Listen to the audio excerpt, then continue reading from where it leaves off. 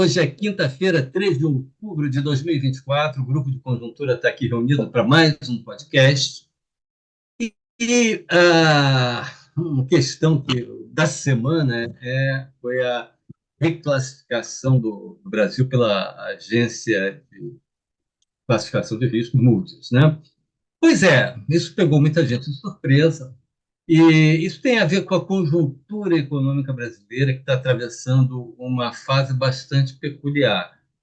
De um lado, ela exibe um desempenho macroeconômico, e quando a gente olha os dados das principais variáveis macroeconômicas, é um desempenho muito bom.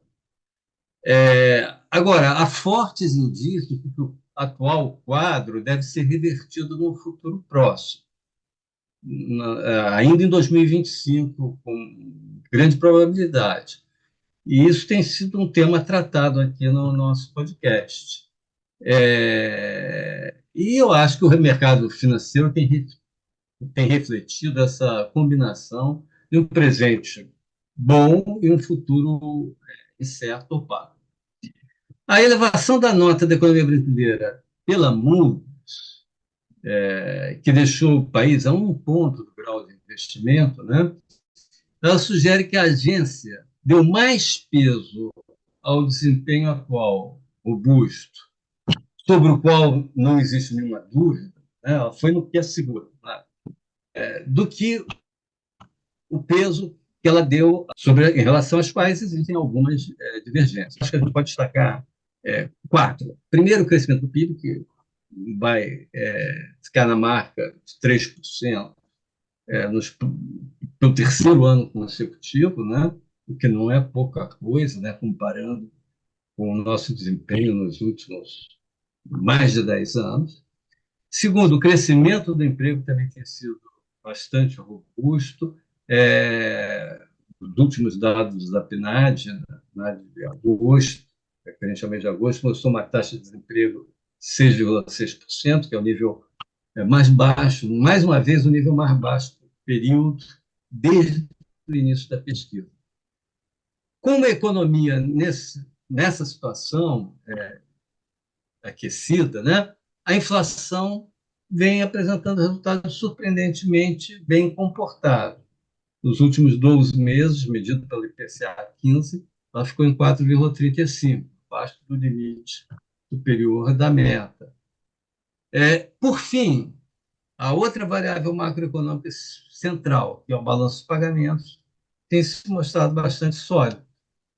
O saldo comercial foi de 100 bilhões de dólares no ano passado, praticamente 100.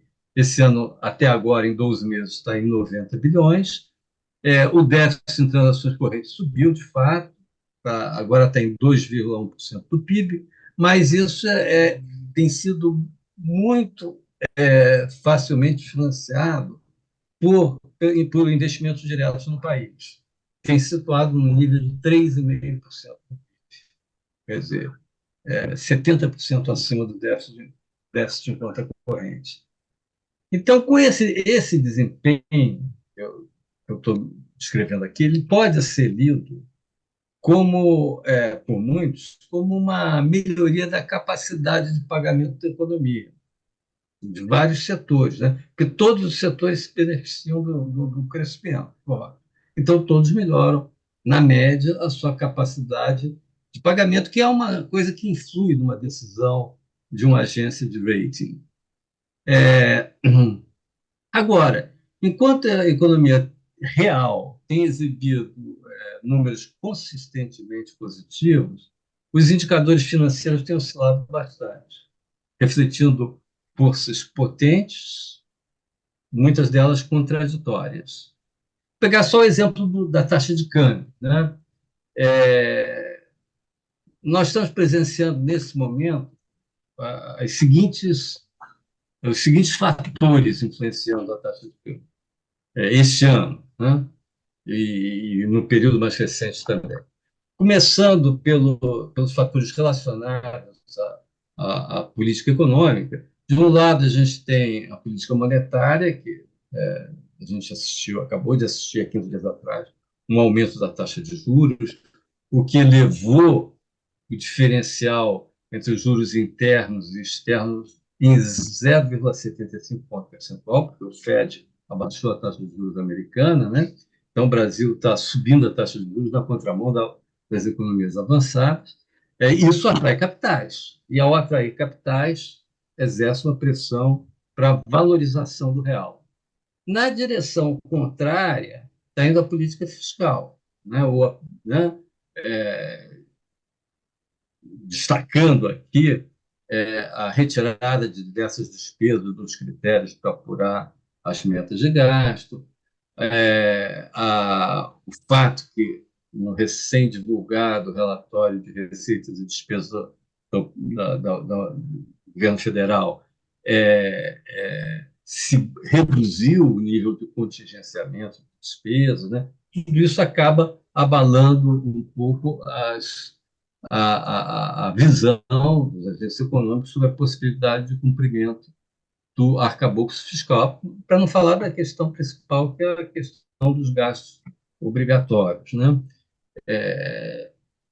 Então, está havendo uma deterioração das expectativas em relação à evolução do déficit da dívida pública. E isso vai, então, na direção oposta àquela da política monetária. Isso tende a pressionar para cima a taxa de câmbio. Além desses fatores domésticos relacionados à política econômica, tem os fatores externos. As medidas tomadas pelo governo chinês recentemente estão tendo um efeito importante, medidas de estímulo, né, em termos de elevação de preços de commodities, em particular de commodities que afetam positivamente as exportações brasileiras, como é o caso do minério de ferro, né? Então, o preço, né, de ferro subiu, isso aí, o preço de outras commodities subiu, isso aí sugere um aumento das receitas futuras em dólares, né? O que contribui para a queda da taxa de câmbio. Então, a gente já viu dois fatores que contribuem para a queda, um fator importante que contribui para a alta. E, por fim, o agravamento da situação geopolítica mundial, o acerramento do conflito no Oriente Médio, tende a aumentar a aversão ao risco. Isso aí, esse conflito está ficando cada vez mais perigoso, né? E num quadro de maior aversão ao risco, valoriza-se o dólar e desvalorizam as moedas de países emergentes, como o real. E esses fatores, eu falei em relação ao dólar, mas eles estão afetando todos os ativos da economia brasileira. E é nesse contexto complexo, né, que se pode avaliar o aumento da nota dada pela agência Moody's, né? E, além disso, a reação ambígua do mercado a, a essa nota. Ninguém, a essa altura, no mercado, né, em lugar algum, duvida do bom desempenho atual da economia. Mas, quanto ao futuro próximo, um fator decisivo é o comportamento do governo em relação ao desafio fiscal. O governo vai tomar medidas para deter a marcha acelerada do crescimento das despesas obrigatórias, em última instância, a própria dívida pública, ou não? Aparentemente, a Moody's aceita que, de alguma maneira, o governo poderá trilhar esse caminho, tentar, né, está dando um crédito de confiança ao governo. Outros não dão esse mesmo crédito de confiança, acham que isso não ocorrerá. Então, associando essa questão central aos choques externos e internos que eu falei, que vem abalando o mercado de ativos, fica claro que, a despeito o porquê, a despeito das melhorias dos indicadores financeiros ontem, né, refletindo a decisão da Moody's, hoje o quadro já se reverteu, né? Às 15 horas, quando a gente começou esse podcast, a gravar esse podcast, o dólar subia 0,7% e a bolsa caiu 0,5%. Então, isso aí sugere que nós vamos continuar a assistir um mercado com alta volatilidade até que esse quadro fique um pouco mais claro.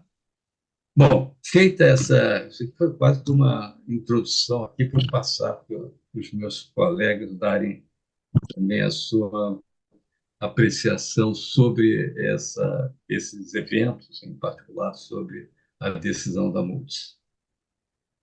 Tá? Eu gostaria de Christian, começar, você... tá, ok? Gostaria de começar então destacando a surpresa que a gente teve terça-feira com o anúncio da agência, não? Especialmente porque fazia 5 meses só que ela tinha mudado a perspectiva, tá? A perspectiva estava estável 5 meses atrás, mudou para positiva, estava em BA2 e passou para BA1, que é o grau anterior ao grau de investimento, mas ela manteve a perspectiva em positiva. Então, fica, na verdade, a meio passo só, porque ela não manteve na perspectiva estável, manteve na perspectiva positiva, tá?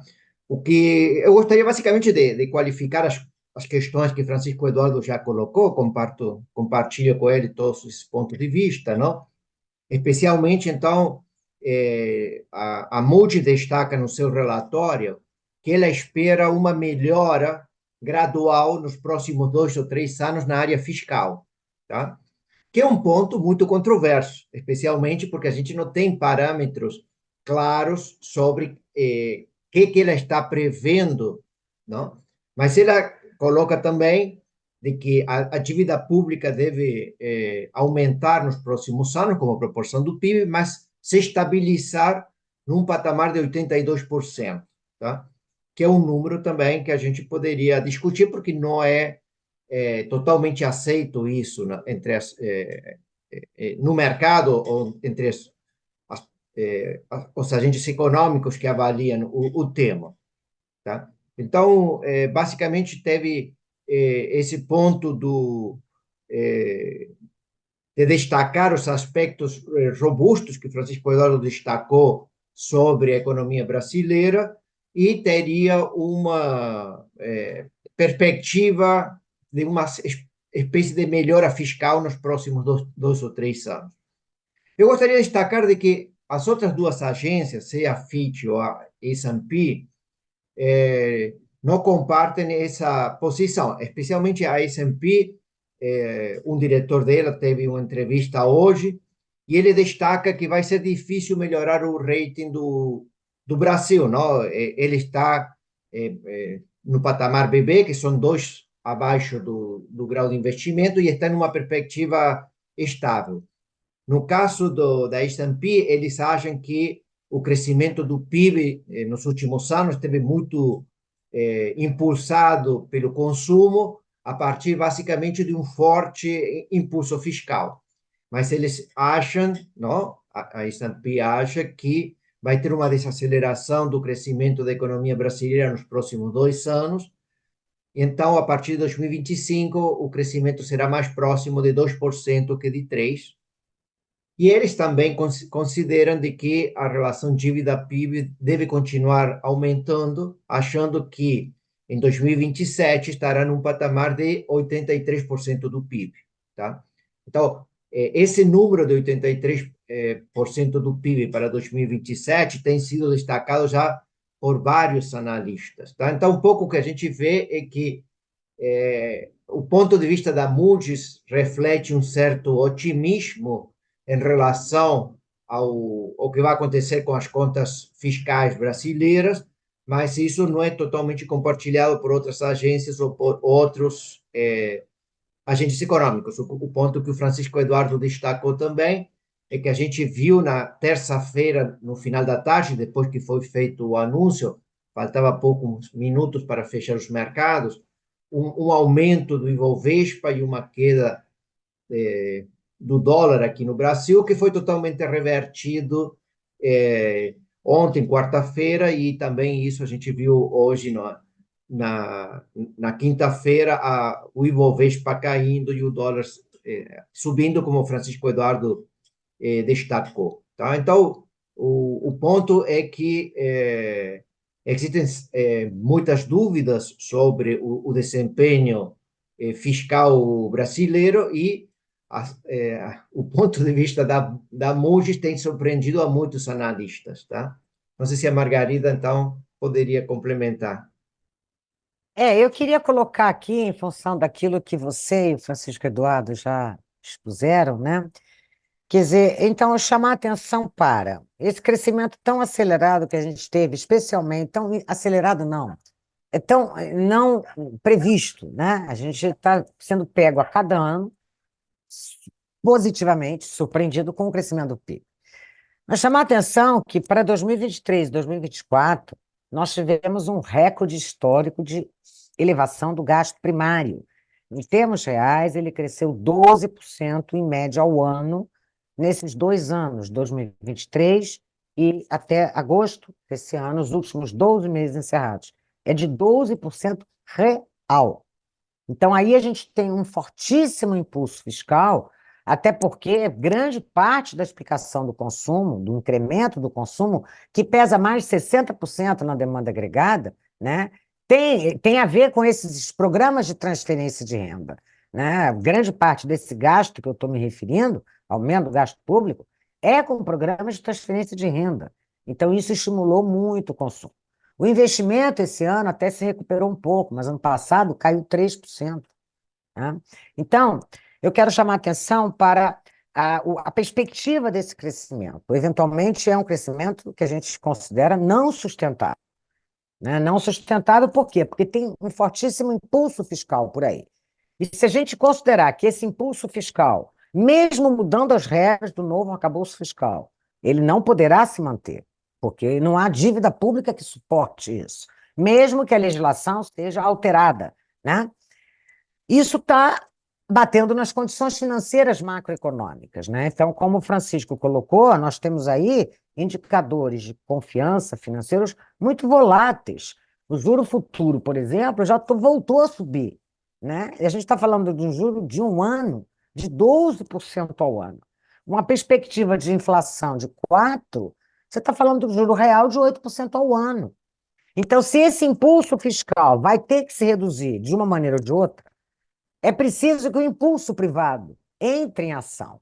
Mas aí as condições financeiras são base para tomada de decisões de produção, de investimento privadas, do setor produtivo e não do governo. E essas condições financeiras estão se deteriorando, e especialmente os juros. E os juros é o preço do dinheiro, então são a base do custo do crédito, né? Representam um custo de oportunidade na economia. A gente está falando de um juro real numa NTNB de 6,5, que é o que o governo paga para tomar recursos do mercado. Agora, os juros futuros, o pré-DI de um ano, ex ante, ele está hoje em 8% real. Então, é uma taxa de juros caríssima. Então, qual é a possibilidade desse PIB manter essa performance que vem mantendo sem esse impulso fiscal, ou com menor impulso fiscal? A única chance é o setor privado entrar. Mas eu diria que as condições financeiras aí jogam contra decisões de produção e decisões de investimento, especialmente. Fora toda a incerteza que permeia a economia, especificamente em relação à questão fiscal, em relação à política macroeconômica vigente, né? Não querendo me estender para outras questões aí de política, de decisões de governo, né?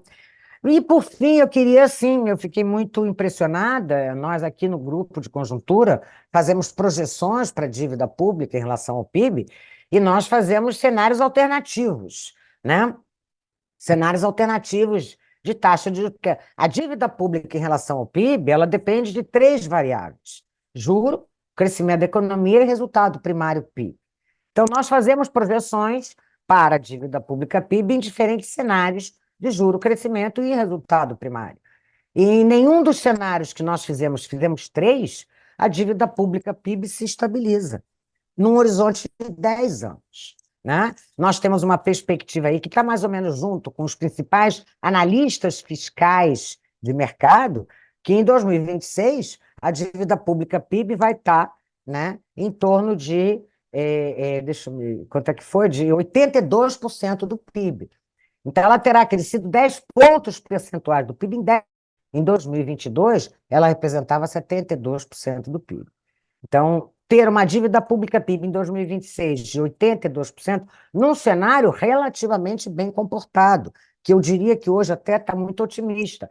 Então, eu tenho muita curiosidade para dar uma olhada, né, em quais são os parâmetros que a Moody's usou para acreditar, né, e chegar a esse resultado de uma dívida pública PIB estabilizada no horizonte de 5, 6 anos, que também eles não falaram quanto.